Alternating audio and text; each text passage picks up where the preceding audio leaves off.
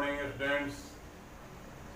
पिछले क्लास में हमने प्रश्न निर्माण के विषय में बताया था, लेकिन जितना चाहिए था उतना बता नहीं पाया। कुछ अपरिहार्य कारणों के चलते मुझे वहीं स्टॉप करना पड़ा।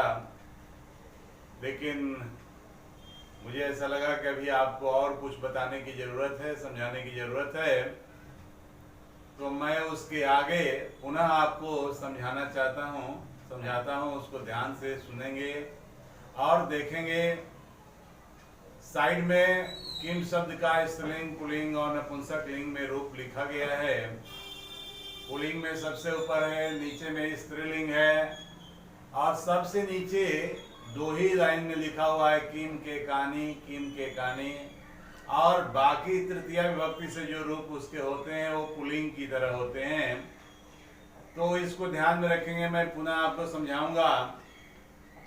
पिछले क्लास में हमें अव्यय से संबंधित प्रश्नों को बताया था कि अव्यय संबंधी अगर कुछ प्रश्न होंगे तो कैसे बनाएंगे, क्या समझेंगे। उसमें एक छोटा सा और मैं आपको समझाना चाहूंगा। अगर संख्यावाचक पद रहे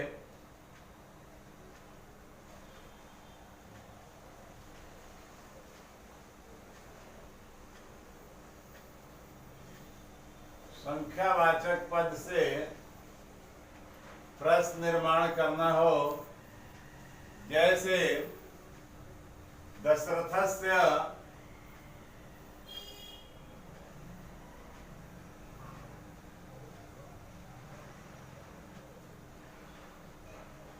चत्वारः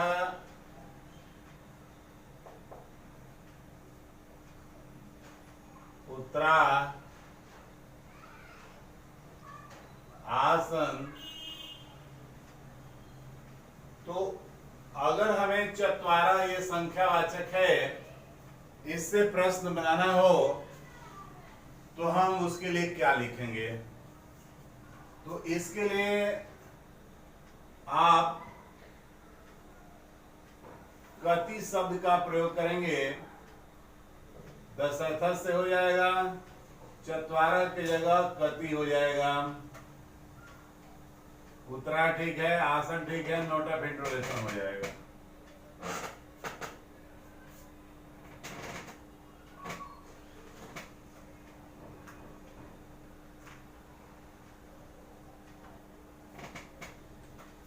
तो इसी तरह से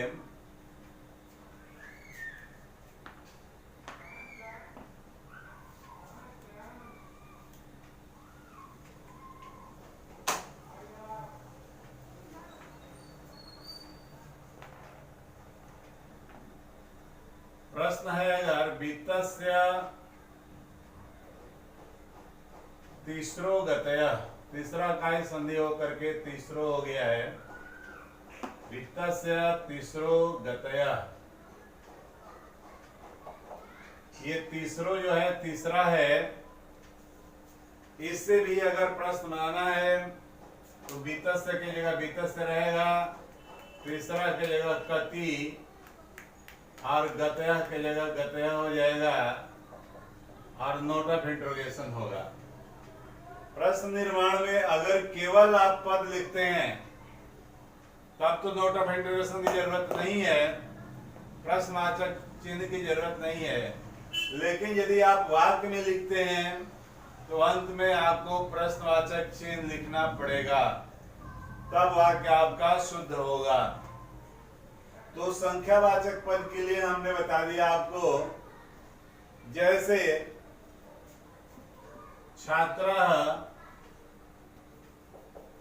सप्तवादने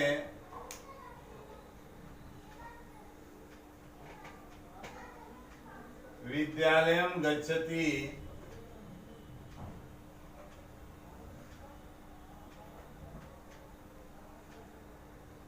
अगर केवल सप्त से बनाना हो तो उस कंडीशन में छात्रा का छात्रा रहेगा, सप्त की जगह पर कति हो जाएगा, फिर वादने रह जाएगा। और विद्यालयम गच्छति हो जाएगा, नोट ऑफ इंट्रोगेशन होगा। लेकिन अगर पूरे सप्तवादने से प्रश्न बनाना हो, सप्तवादने पूरा अंडरलाइन किया हुआ है, तब तो आपको समयवाचक वर्ण हो गया ये कदा लिखना पड़ेगा। जैसा कि मैं पिछले क्लास में समझा दिया था, पूरे सप्तवादने को से प्रश्न बनाना हो तो कदा लिखना है, लेकिन केवल सप्त से बनाना है तो कतिवादने। ये भी आप समझ गए होंगे। इसके आगे मैं आपको जो रूप लिखा हूं उस रूप को मैं समझाना चाहता हूं। पुल्लिंग, स्त्रीलिंग और नपुंसक लिंग में इसके क्या रूप होंगे। जैसे एग्जाम्पल के तौर पर मैं आपको दे रहा हूं कि सा पुत्रीम आदि देश,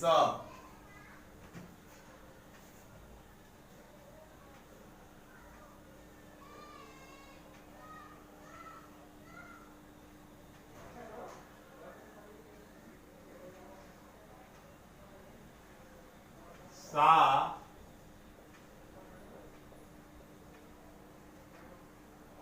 पुत्रीम आदिदेश, उसने पुत्री को आदेश दिया। आपका प्रश्न निर्माण करना है पुत्रिम से, तो सबसे पहले एक बात आपको ध्यान देना होगा। जिस पद से आपको प्रश्न निर्माण करना है उसका सबसे पहले लिंग जाना जाता है। उसका लिंग क्या है, इसके बाद विभक्ति क्या है, और वचन क्या है।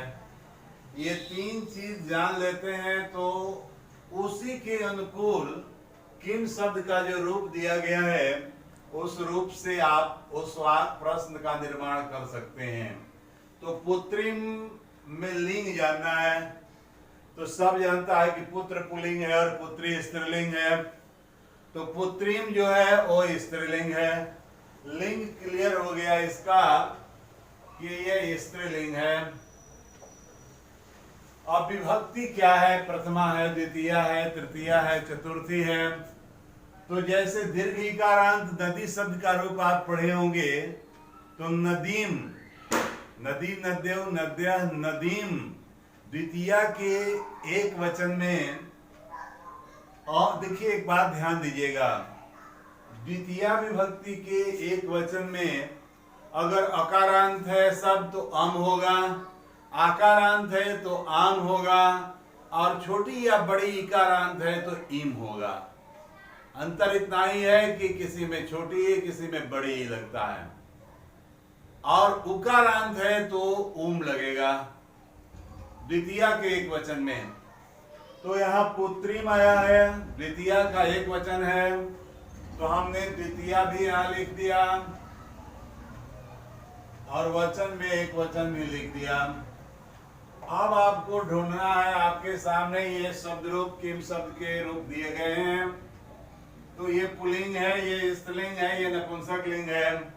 तो हमें आप स्त्रीलिंग में जाना है। स्त्रीलिंग में भी द्वितीया विभक्ति में जाना है। ये प्रथमा है और ये द्वितीया है, क्रम से देख लीजिए। तो ये एक वचन है, इसमें भी एक वचन है, एक वचन, द्विवचन, बहुवचन है।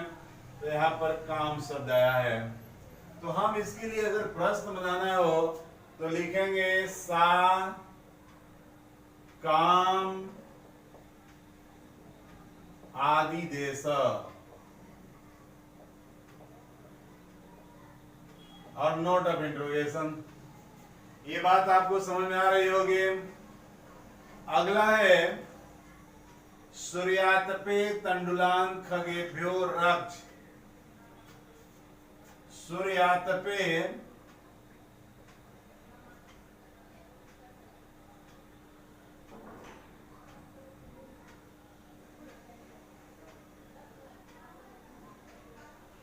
खगेभ्यो, खगेभ्यो जो है खगेभ्य लिख देते हैं ताकि आपको ज्यादा सुविधा हो समझने में। संधि होने पर ये होता है खगेभ्य तंडुलान रक्ष।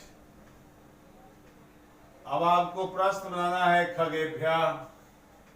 आप ध्यान दीजिए कि खग जो है पुल्लिंग में अकारांत है। खग, खगौ, खगा, खगम, खगौ, खगान। भले हिंदी में हम लोग इसका पक्षी या चिड़िया कहते हैं, हिंदी में लगता है कि स्त्रीलिंग वर्ड है, लेकिन ये संस्कृत के अनुसार खग जो है अकारांत पुल्लिंग है। तो ये खगेभ्य जो है ये कहाँ पर आया है? भ्य, केभ्य, केभ्य, ये दो जगह आया है। हालांकि रक्ष धातु के योग में चतुर्थी विभक्ति होती है, ये रक्ष आया है तो हमें चतुर्थी का रूप लिखना है। तो प्रथमा, द्वितीय, तृतीय, चतुर्थी है ना। लेकिन यहाँ पंचमी भी है, माने उससे बचाओ जिससे रक्षा की जाती है। भित्रार्थनम भय हेतु एक सूत्र होता है कि भी और त्रा, त्रा अर्थ वाले और भी जो धातुएं हैं उनसे पंचमी विभक्ति होती है। तो यहाँ पर पंचमी विभक्ति में केभ्य आया है तो हमें क्या लिखना है? सूर्यातपे को सूर्यातपे नीचे लिख देंगे, खगेभ्य के लिए लिख देंगे केभ्य। तंडुलान का तंडुलान रहेगा, रक्ष का रक्ष हो जाएगा, नोट ऑफ इंट्रोगेशन हो जाएगा। तो इस तरह से ये प्रश्न बनेगा। अगला है सा प्रार्थयत तंडुलान मा भक्षय।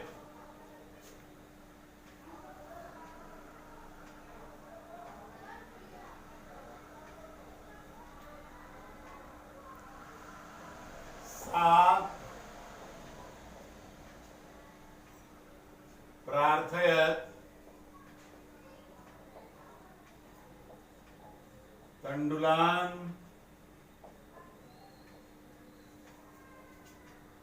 मां भक्षय। और आपको प्रश्न बनाना है सा से। सा को अंडरलाइन किया गया है, इससे प्रश्न निर्माण करना है। अब देखिए कि ये सा, जैसा कि मैंने नियम लिखा था नीचे में कि जिस शब्द से, जिस पद से प्रश्न बनाना हो उसका लिंग जानना चाहिए, विभक्ति जाननी चाहिए और वचन जानना चाहिए। तो लिंग में ये सा, सा का स्त्रीलिंग सा होता है, प्रथमा विभक्ति का वो एक वचन है। तो स्त्रीलिंग में हम प्रथमा विभक्ति एक वचन में अगर जाते हैं तो यहाँ पर क्या आया? का। तो यहाँ सा के लिए हम प्रश्न लिख देंगे का, बाकी सारी चीजें ऊपर से नीचे आ जाएंगी, अंत में नोट ऑफ इंट्रोगेशन हो जाएगा। तो ये बात आप समझ रहे होंगे। प्रहर्षिता बालिका निद्राम अपि न लेभे।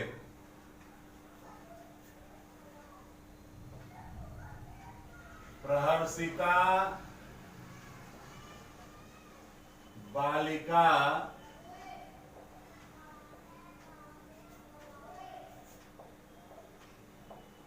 निद्राम अपि न लेभे। इससे, इसमें जो प्रहर्षिता शब्द है इससे प्रश्न बनाना है खुश लड़की। प्रहर्षिता माने प्रसन्न, खुश, बालिका माने लड़की। अब आपको ध्यान देना है कि यहाँ प्रहर्षिता और बालिका में कैसा संबंध है।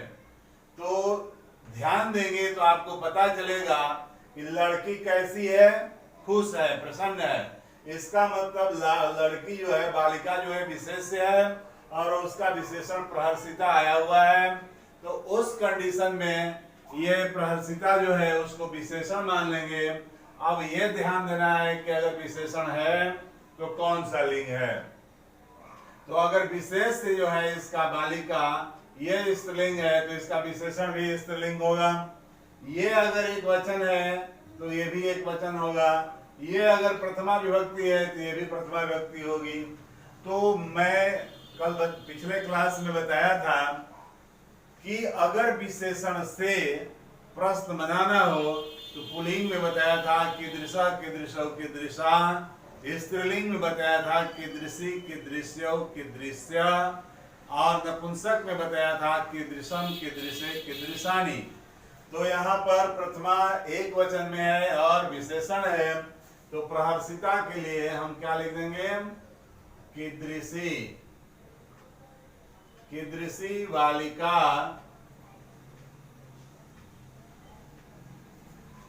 निद्राम अपि न लेभे, और नोट ऑफ इंट्रोगेशन, ये हो जाएगा। इस तरह से अहम त्वत्कृते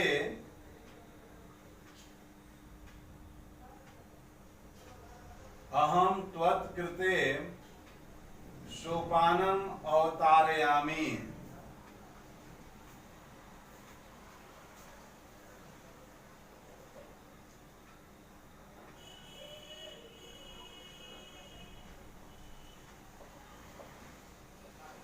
अहम त्वत्कृते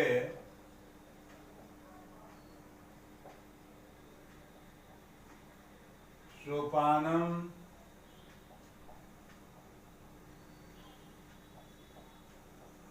अवतारयामि।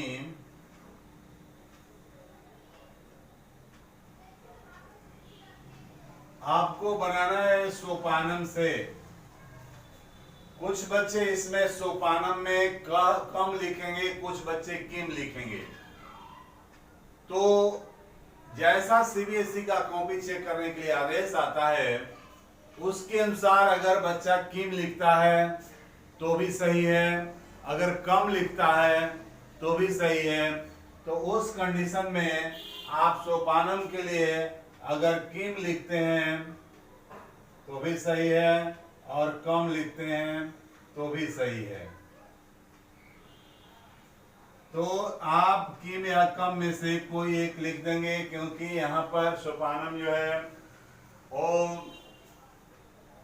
द्वितीय विभक्ति एक वचन में है, तो क कौ के कम कौ कान पुल्लिंग अगर मानते हैं तो कम हो जाएगा, और नपुंसक लिंग भी मानते हैं तो किम के कानी द्वितीय में किम होगा।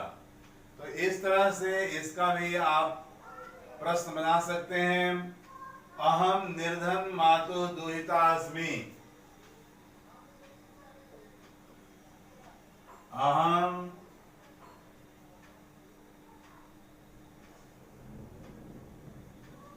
निर्धन मातु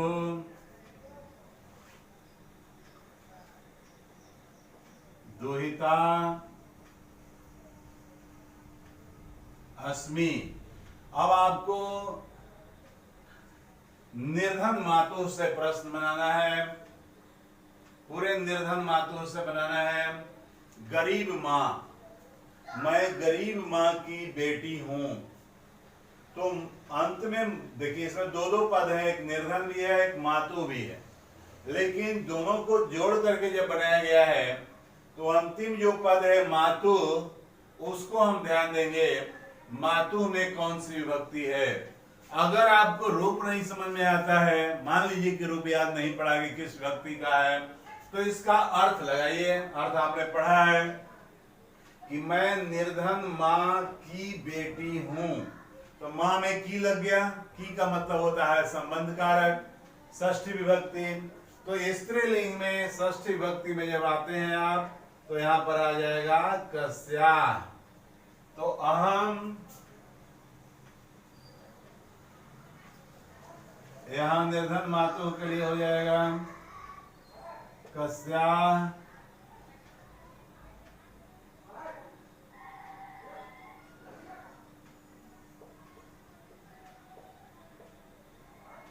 दुहिता अस्मि। तो अंत में नोट ऑफ इंट्रोगेशन हो जाएगा।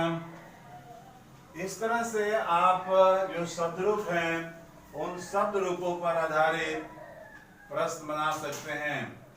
अहम तुभ्यम तंडुल मूल्यम प्रदास्यामि। अहम तुभ्यम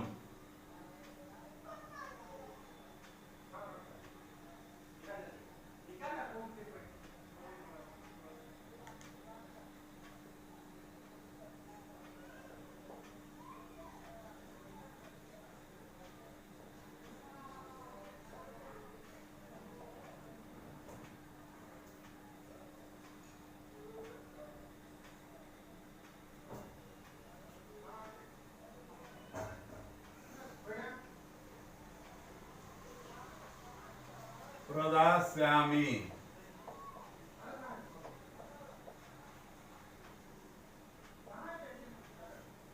अब प्रश्न ये उठता है कि ये तुभ्यम जो है युष्मत शब्द, इसका कोई स्त्रीलिंग पुल्लिंग रूप नहीं होता है। इसका कोई स्त्रीलिंग पुल्लिंग रूप नहीं होता है। पुल्लिंग के लिए भी त्वम, स्त्रीलिंग के लिए भी त्वम। तो उस कंडीशन में हम पुल्लिंग का आधार लेकर के ही चलते हैं। तो तुभ्यम जो है वो चतुर्थी विभक्ति एक वचन का है, तो उसके लिए हम कसमय लिख देते हैं। मान लिया जाए कि कोई बच्चा कसे लिख दिया, क्योंकि यहाँ तुभ्यम जो है वो निर्धन माँ की जो बेटी है, जो दुहिता है, उससे कौवा कहता है कि मैं तुझे तुम्हारे तंडुल का मूल्य दूंगा। तो उस कंडीशन में अगर लड़की, कोई लड़का, कोई बच्चा कसे लिख दिया ये मानकर कि ये तुभ्यम जो है वो स्त्रीलिंग के लिए, उसकी बेटी के लिए आया है, तो कोई गलत नहीं है, सही है, वो भी ऑप्शन सही है। लेकिन जनरली इसका कोई स्त्रीलिंग पुल्लिंग रूप नहीं होता है। इस आधार पर हम इसको लिखेंगे कसमय।